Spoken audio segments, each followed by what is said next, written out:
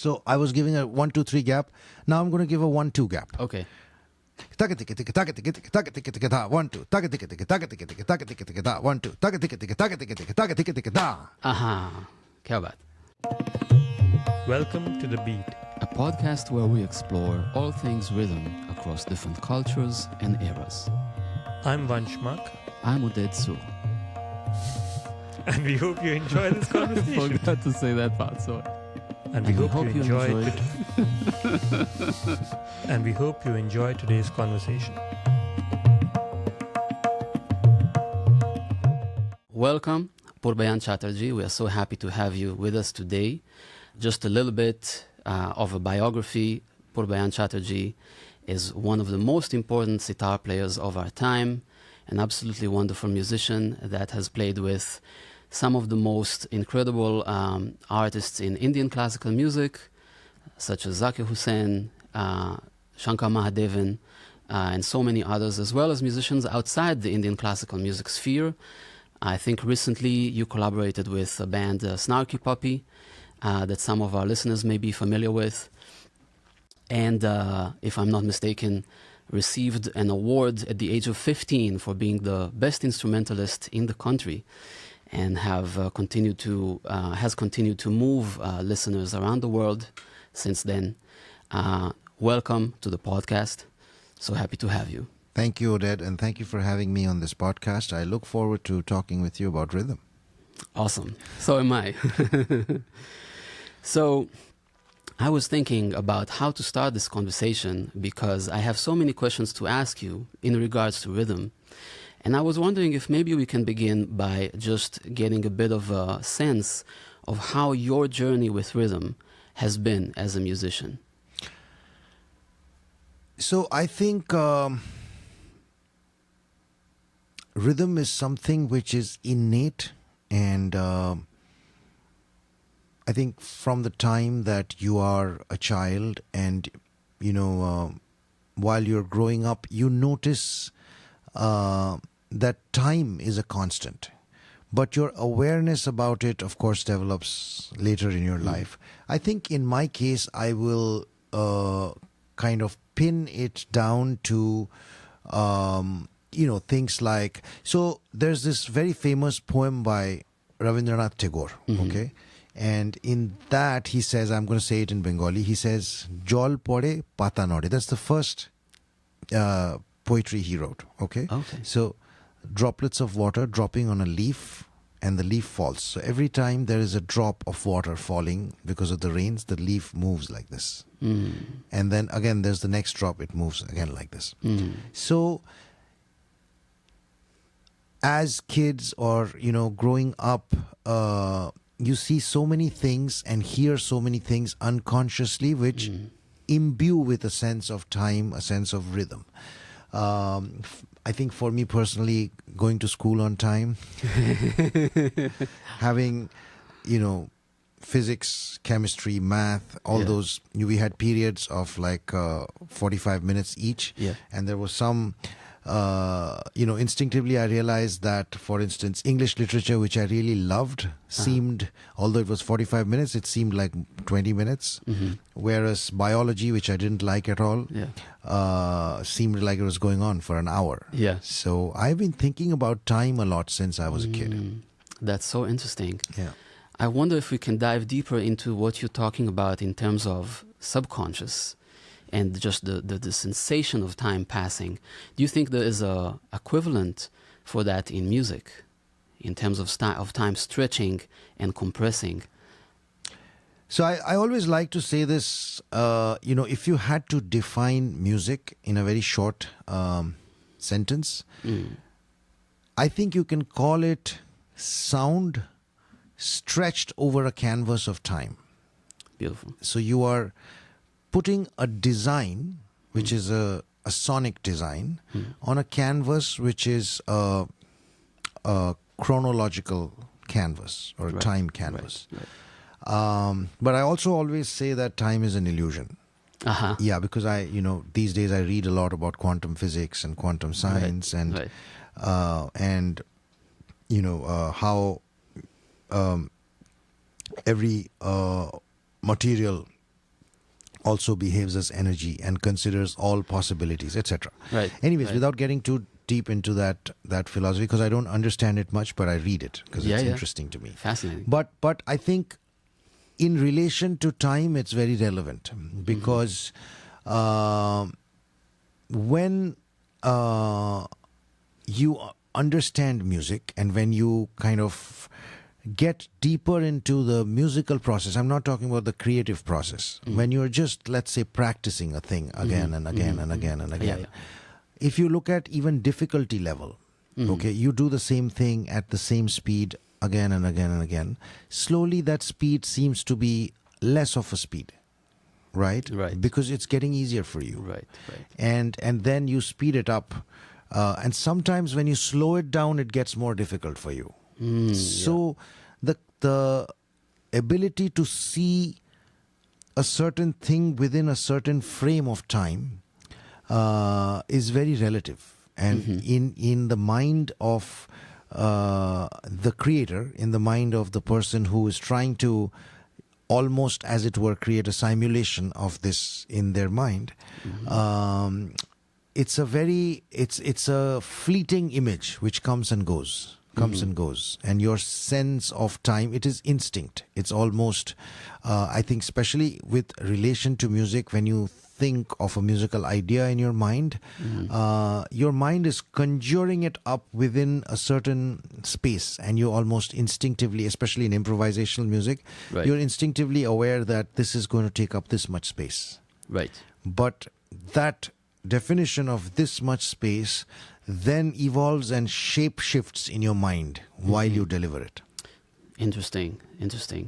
Maybe we can tell our listeners a little bit more about the fact that in Indian classical music, we improvise a vast majority of the time.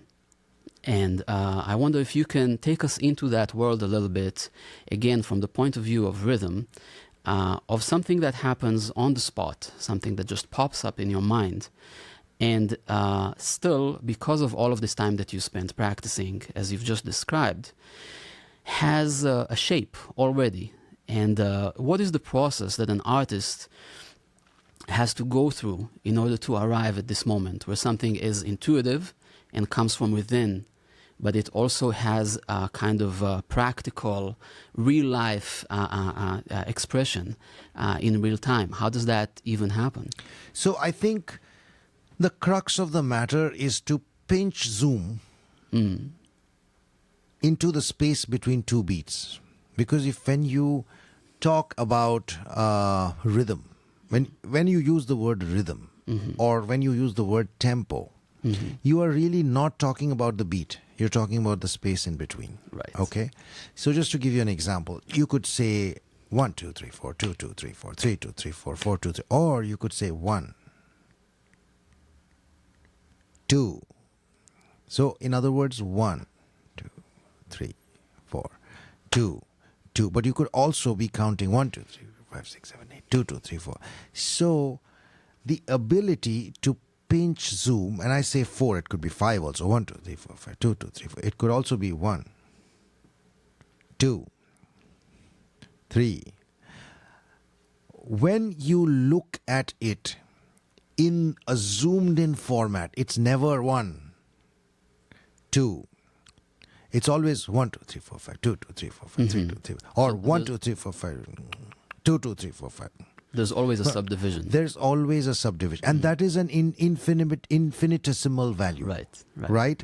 That is where all of it is an illusion. Because the more you zoom, the further you can go. Theoretically, there is only so much the human mind can fathom, of course. Right.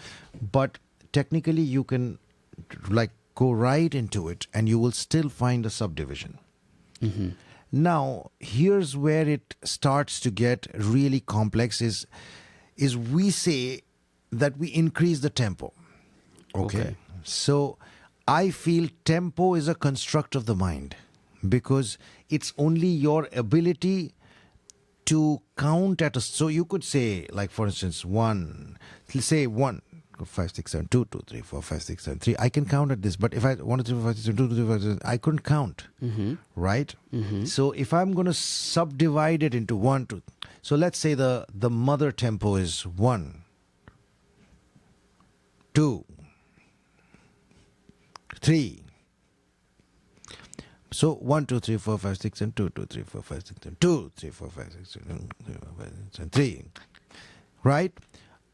I can count at this tempo. But if I had to then go down and further zoom in, I can't do it. Because I cannot do it. So I think that space doesn't exist, but it actually exists. Right? And when you increase the tempo, like I could go 1, 2, 3, 4, 1, is the same as 1, 2. It's just how you divide the space. Just how you divide the space in between. And of course, in the material world, you can quantify and measure that in terms of BPM. Right. What do? You're counting the number of beats per minute. We know that the human heart beats at a certain. Right. But it is what you can perceive. It's like dogs. They can hear sounds that human beings cannot, right? So maybe you begin to think that, in this time of artificial intelligence, there is probably a way of zooming further down into the beat. And then you can really create pockets and spaces in it, which are a completely new dimension. That's what really boggles my mind, sometimes. What we might be able to do if we can perceive and fathom more. I love what you're saying about the space between two beats. Right. And how rhythm is really more about that space than those 2 points that we call the beat. Right.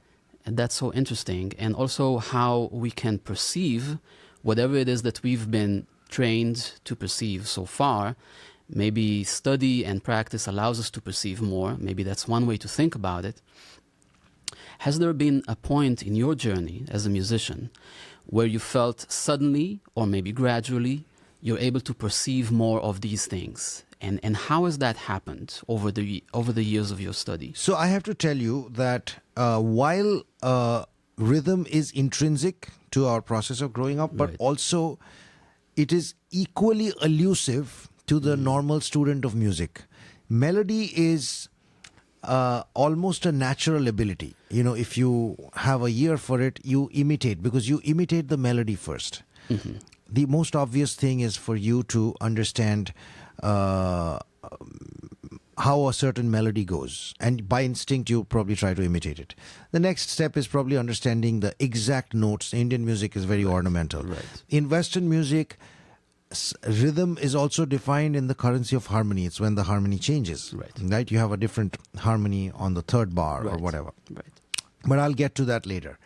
The pinpointed accuracy of rhythm, or just having good timing, is something that your guru or your teacher has to sort of discipline you into, right? For me, I started learning from my father, Pandit Purbayan Chatterjee, and he was orienting me a lot towards, to the compositions of the Maihar Gharana, and, his guru, Pandit Nikhil Banerjee, he took me there, and Nikhilji said, okay. So there was a lot of emphasis on technique, and there was, getting the fingering right of with the sitar, learning compositions and learning the right things to practice at that age, because I was all of 4 or 5 years when I started playing the sitar. Right, interesting.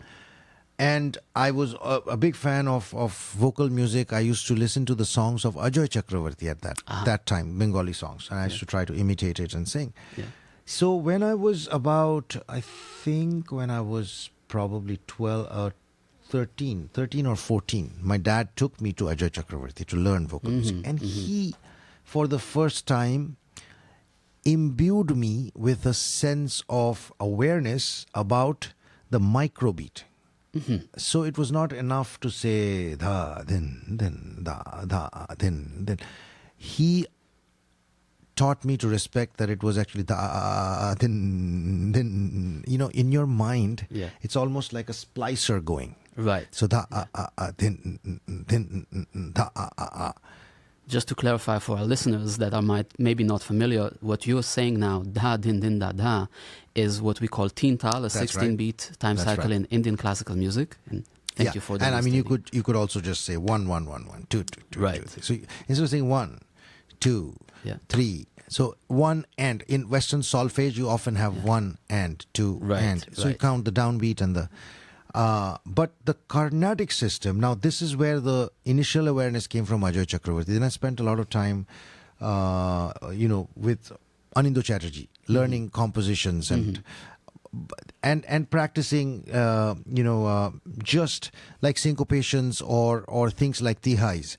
Then, actually, even while this was going on, I was listening to Shakti and I was listening to, Ustad Zakir Hussain, and therefore getting drawn into Carnatic music. And then I started playing with a bunch of Carnatic artists. The first one being Shashank, the flute player, who's a fabulous flute player. Yeah. And through him, and then along with other people like Ravi Kiran, like Ganesh Kumresh. So I would often bribe their mridangam players to teach me Korvai. Then I realized that the Carnatic way of dividing rhythm into Aksharas. So they were not talking about of course there was the cycle, but the mathematics was all about redistributing Yeah. these microbeats. Right. So Okay. when you say Carnatic music, you're talking about the South Indian music as opposed to Hindustani, which is The music north. from the north of India. Yeah. So tell us a little bit more, please, about the Aksharas. So the interesting thing is that the fountainhead of both these musics is the same. Right. And then as some of the people moved to the south, the basis of the music was devotional. But as it became a science, it started by being a much more rudimentary art form. And then it got more and more complex and scientific and more of an intellectual exercise, especially down south. In the Carnatic system, the unit of rhythm became the akshara. So if they had, like, for instance, 1, 2, 3, 4, 5, 6, 7, 1. And if you went at, say, so if you went 1 2 3 1 2 3 1 2 3 1 2 3 1 2 3 1 2 3 1 2 3 1 2 3 4 5, which is like a shuffle in the West. But they would look at these threes as aksharas, the triplets. Okay. So the basic units becomes aksharas. Okay. The math becomes much more complex, but also much easier to redistribute in terms of a formulaic approach. I see. Because it is also in the Carnatic system, as opposed to the North Indian or Hindustani system, the beat is staccato. They don't have da. It's thum, thum, thum, thum, tak, ding, tak, jun, tak, ding. It's not da, na. That concept is not there. Right? I mean, it's now it's a little there because everybody is influenced by Zakir Hussain. Right. But so I learned to understand how. Now this is a very difficult to understand, or it may be, I don't know if I can word it in the right way, but in order to be able to stretch time in an effective way, you also need to make it very pinpointed and unstretchable. Right. Because when you can look at it as a grid, almost like, what's the superhero? Iron Man, who sees everything through the helmet, like he can see it. Yeah. Right? So if you can see it as a grid, then you know what you can move a little or stretch a little and keep the larger grid intact. Very so important skill to acquire. So when we're talking about this zoomed in / stretched out approach, would you say that this is an influence from Carnatic music, or is it something that, as you said, you bribed a few mridangam players? How did that happen, that bribe? What did it consist of? It's all of that. Look, music is a deep dive, eventually, okay? Because when you start out with any art form, first you're trying to move across the horizon. You're moving horizontally because you have a lot of ground to cover when you're starting. And then when you've kind of covered a little ground, it's like watching a very complex thriller. You know, sometimes my wife does this and it really irritates the hell out of me because we'll watch a movie together on Netflix and then she would have missed something. She'll rewind every time and try to understand what was said. Okay. So that's music. Right. You sometimes take a pause and you say, okay, here I need to dig in vertically. Yeah. And the same thing happens with melody or with harmony. Right. But with relation to time, it's sometimes more abstract than melody. Because, let me tell you why. Of course, you can measure perfect pitch. So if I'm singing sa ga pa, you hit the note. Right. But whether it's the Western system or the Indian system, that's the pitch and timbre of it could be very close to a perfect pitch and timbre, or it could be a little off, or it could sound just about in tune. It's the same with rhythm. Unfortunately, sometimes that is not recognized, because people think, okay, I'm clapping, but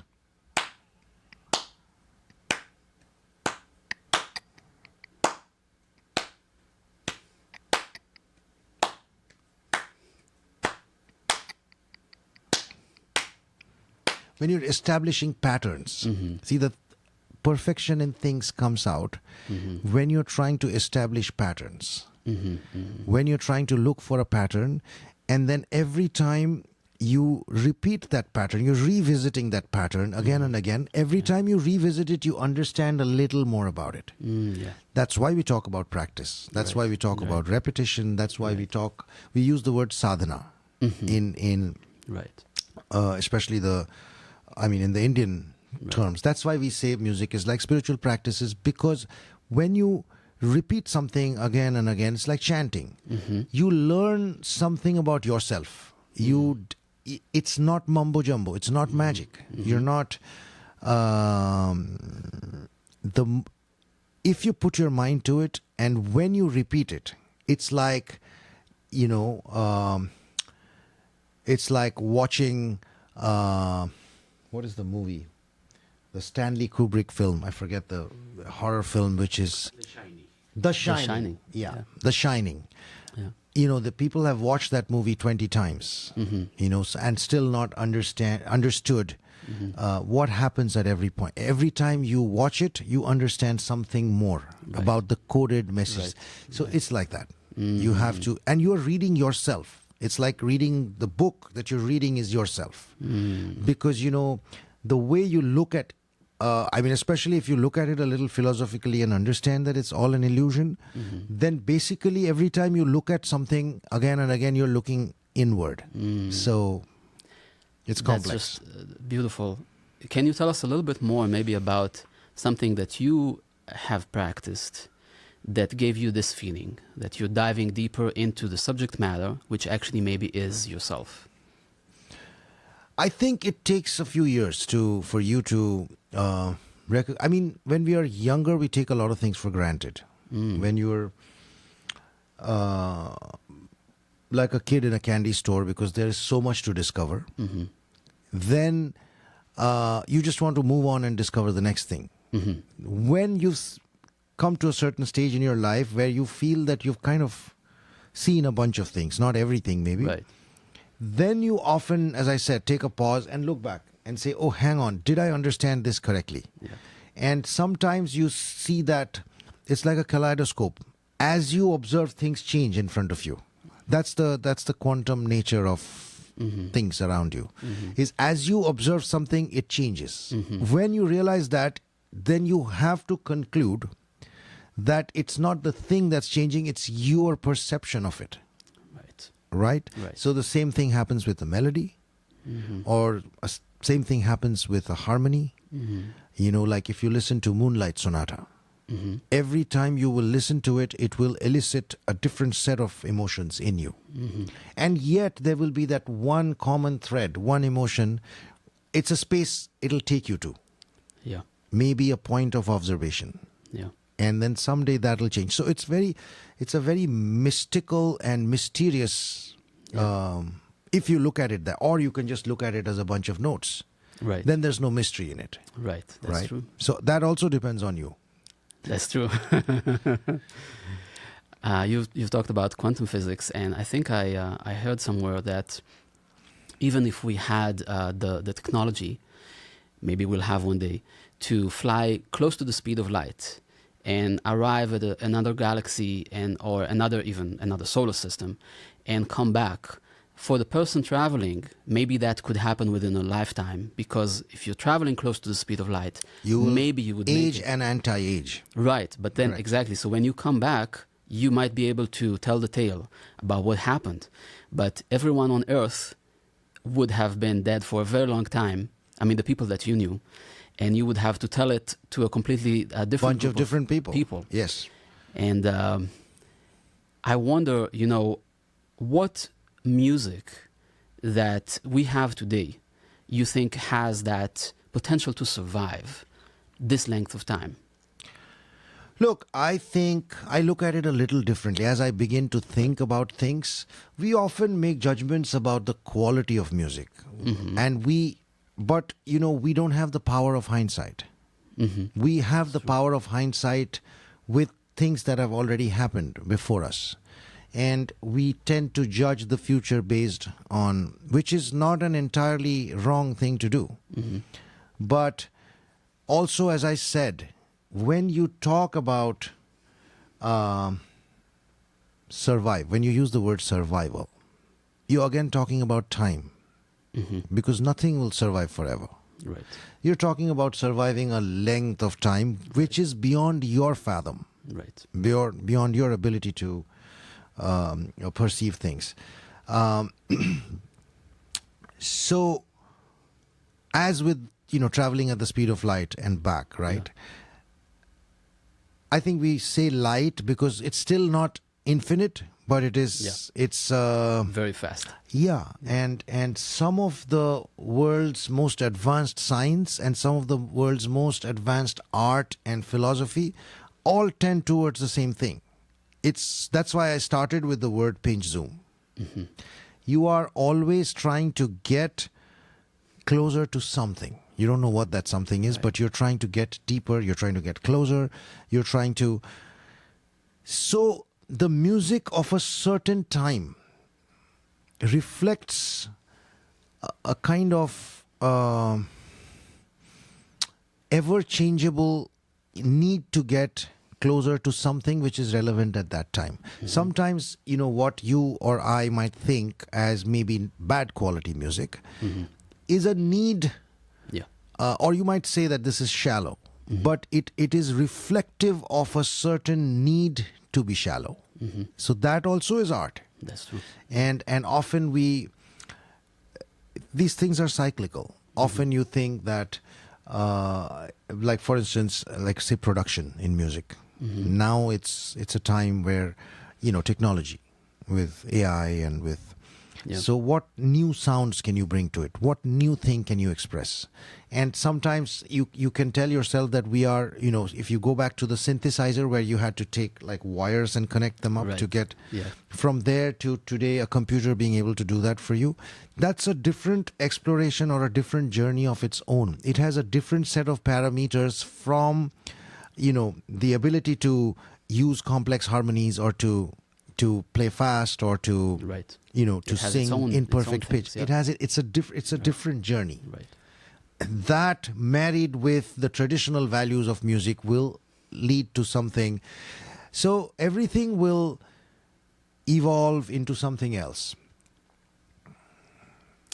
As we're talking about things having their own set of references and being beautiful in their own way, I wonder from the point of view of rhythm again, if you've ever come into a session or a concert or a recording and someone had written some music for you that was just so rhythmically complex that you had what I would maybe call a rhythm panic, which I would assume you never had. I did all the time. I definitely had all the a lot. time. All the time. So there you go. What is a way that you have found that works as far as dealing with moments like this? Excuse me.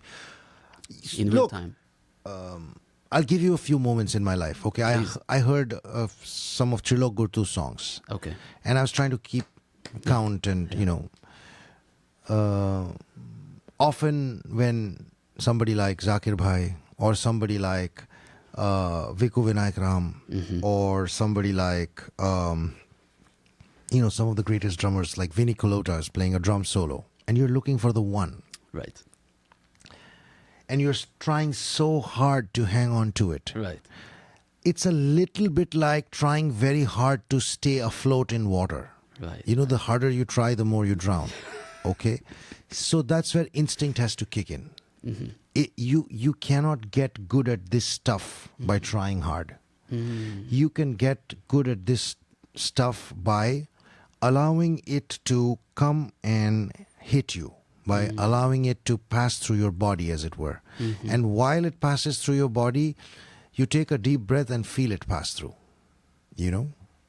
If you step out, I can see a beautiful breeze outside, right?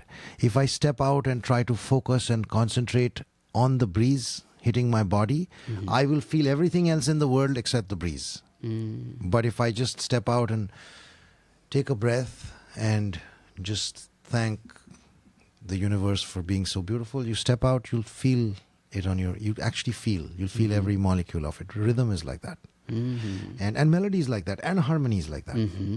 You will hear things. You have to hear the murmurs of messages that are, I think that's art.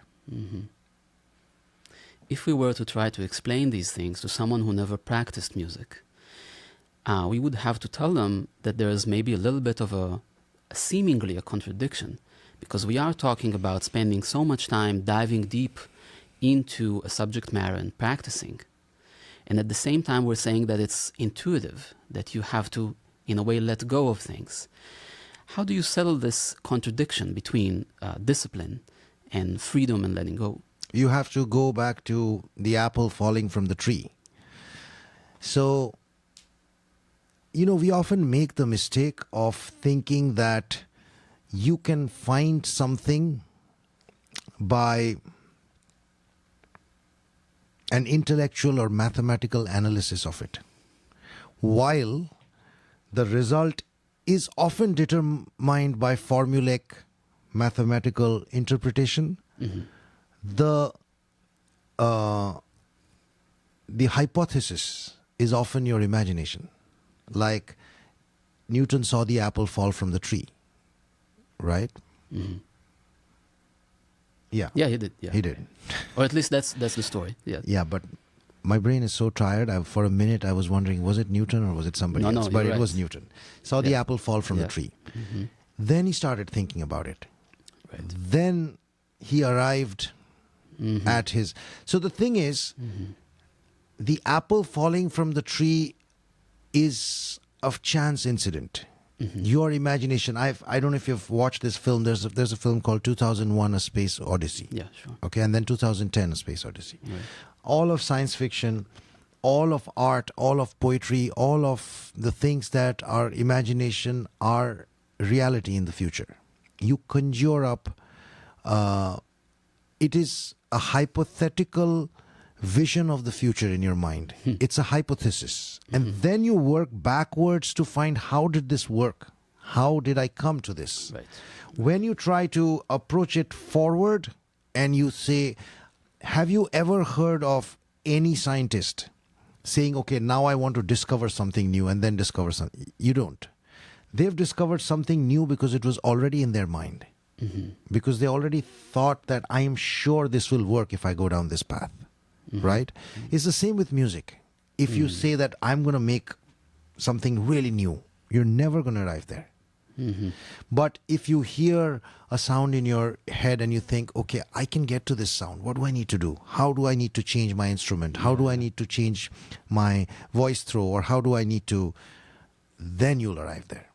That's beautiful. Yeah. I've listened to a recording of yours last night of Bilas Khani Todi. Right. Very beautiful rag, and you played it so wonderfully.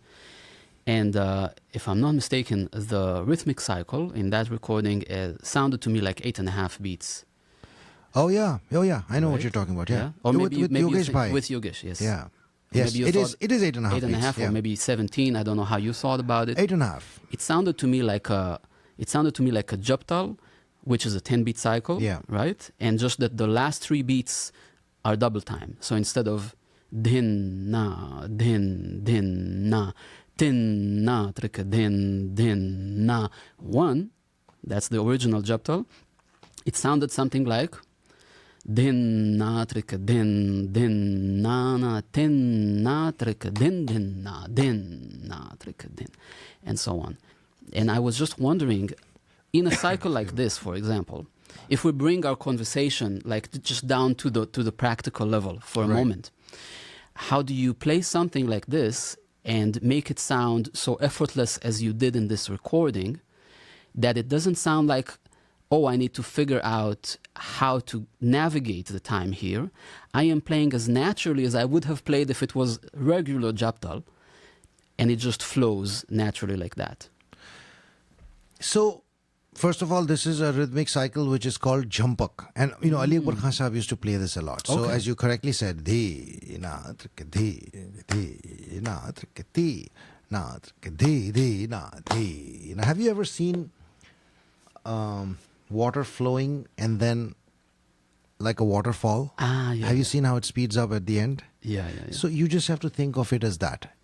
Your body or your system has to recognize that at a certain point in the cycle, you go at a certain tempo, which is a different, which is in this case a multiple. I mean, it has to be. I haven't so far heard of a rhythmic cycle where it goes to a completely different BPM. Right. But this is it. This is going at double tempo, Right. because you're counting a 1.5 beat. Right. 7 and then 1.5. Right. 7, 1.5. But so here's the thing: a lot of it is math, but a lot of it is just intuition. So when you're the na trika di di na trika di da da da di na di ending na trika tak tak di mata tak di na. So when you're improvising on it, at the end you are just waiting for that moment when it speeds up. Yeah. And kind of using that as a hook and going. It becomes instinct. And then, of course, I could look at it as 17. Like Right.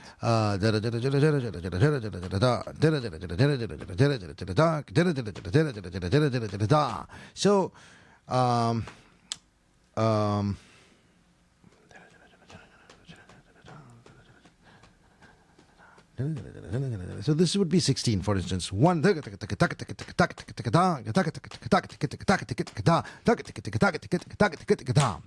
right? Beautiful. This is 16. Uh-huh. Now, how would I convert this into 17? Okay. Okay, let's try. 1, 2, 3, 1, 2, 3, 1, 2, 3. Now it's gone to 18. So I was giving a 1, 2, 3 gap. Now I'm going to give a 1, 2 gap. Okay. 1, 2, 1, 2, 1, 2.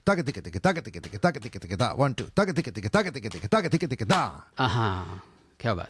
So now it's 17. Right. Now count it. You say the theka, I'm going to say the tihai. Okay. The moment you look at it as a 7 and 8, as 8.5 canvas, Yeah.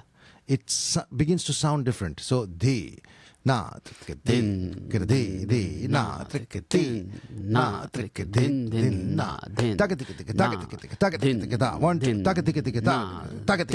1, 2,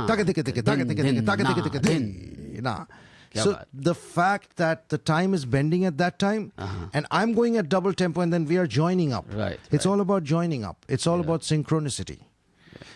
That's the art in this. So it's a little bit of math and a little bit of intuition, and much like science, where you have control experiments. So I did the 18. I realized, okay, I need to reduce the gap a little bit to come to 17. Little bit of intuition and a little bit of math. So beautiful. So beautiful.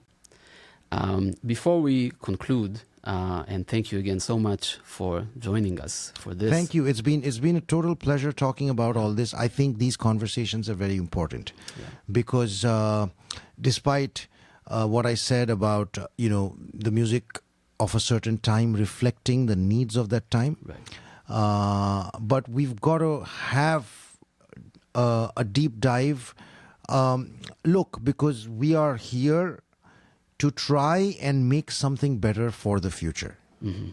You know, because we already have the benefit of the knowledge of the past. Right. So I think these kind of conversations can really foster these, you know, sow the seeds for a deeper sense of relevance and meaning and survival, as to quote you, for a longer period of time. That's beautiful, and I couldn't agree more. I mean, we are doing what we are doing with this podcast and with the game Time Hero because we feel like rhythm is such a deep and at the same time accessible element of music, right? We've talked about several elements of music today, Right. and rhythm is one of them. It's just so interesting how versatile it is. And what you're saying about art being a vision of the future in the present also makes me think a little bit about time, because we are at once in these 2 points in time Yes, when we create, indeed. isn't You've it? worded it very beautifully. Because, you know, there's this quote again.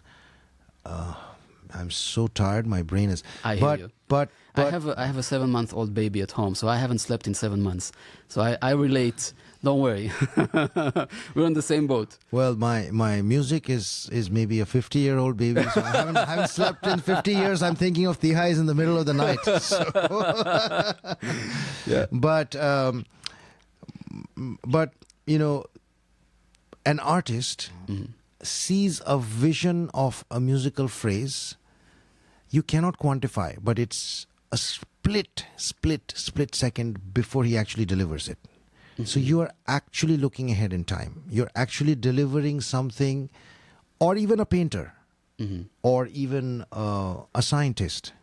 Yeah. So it's all an ability to manifest, to render something on a very invisible canvas. So, you know, you should have some fun while you're at it. For sure. Purbayan Chatterjee, thank you so much for joining us. Thank you so much, It's been Oded. an absolute This has pleasure. been an absolute pleasure, and I wish you all the best for not only your podcast, but for your beautiful app, Time Hero, which I certainly use enjoying, and which I have, asked a lot of my students and my colleagues to use to better their skills in rhythm and to have a learning aid that which is also very much like a lot of fun. Thank you so much. Absolute pleasure. Thank you. Thank you.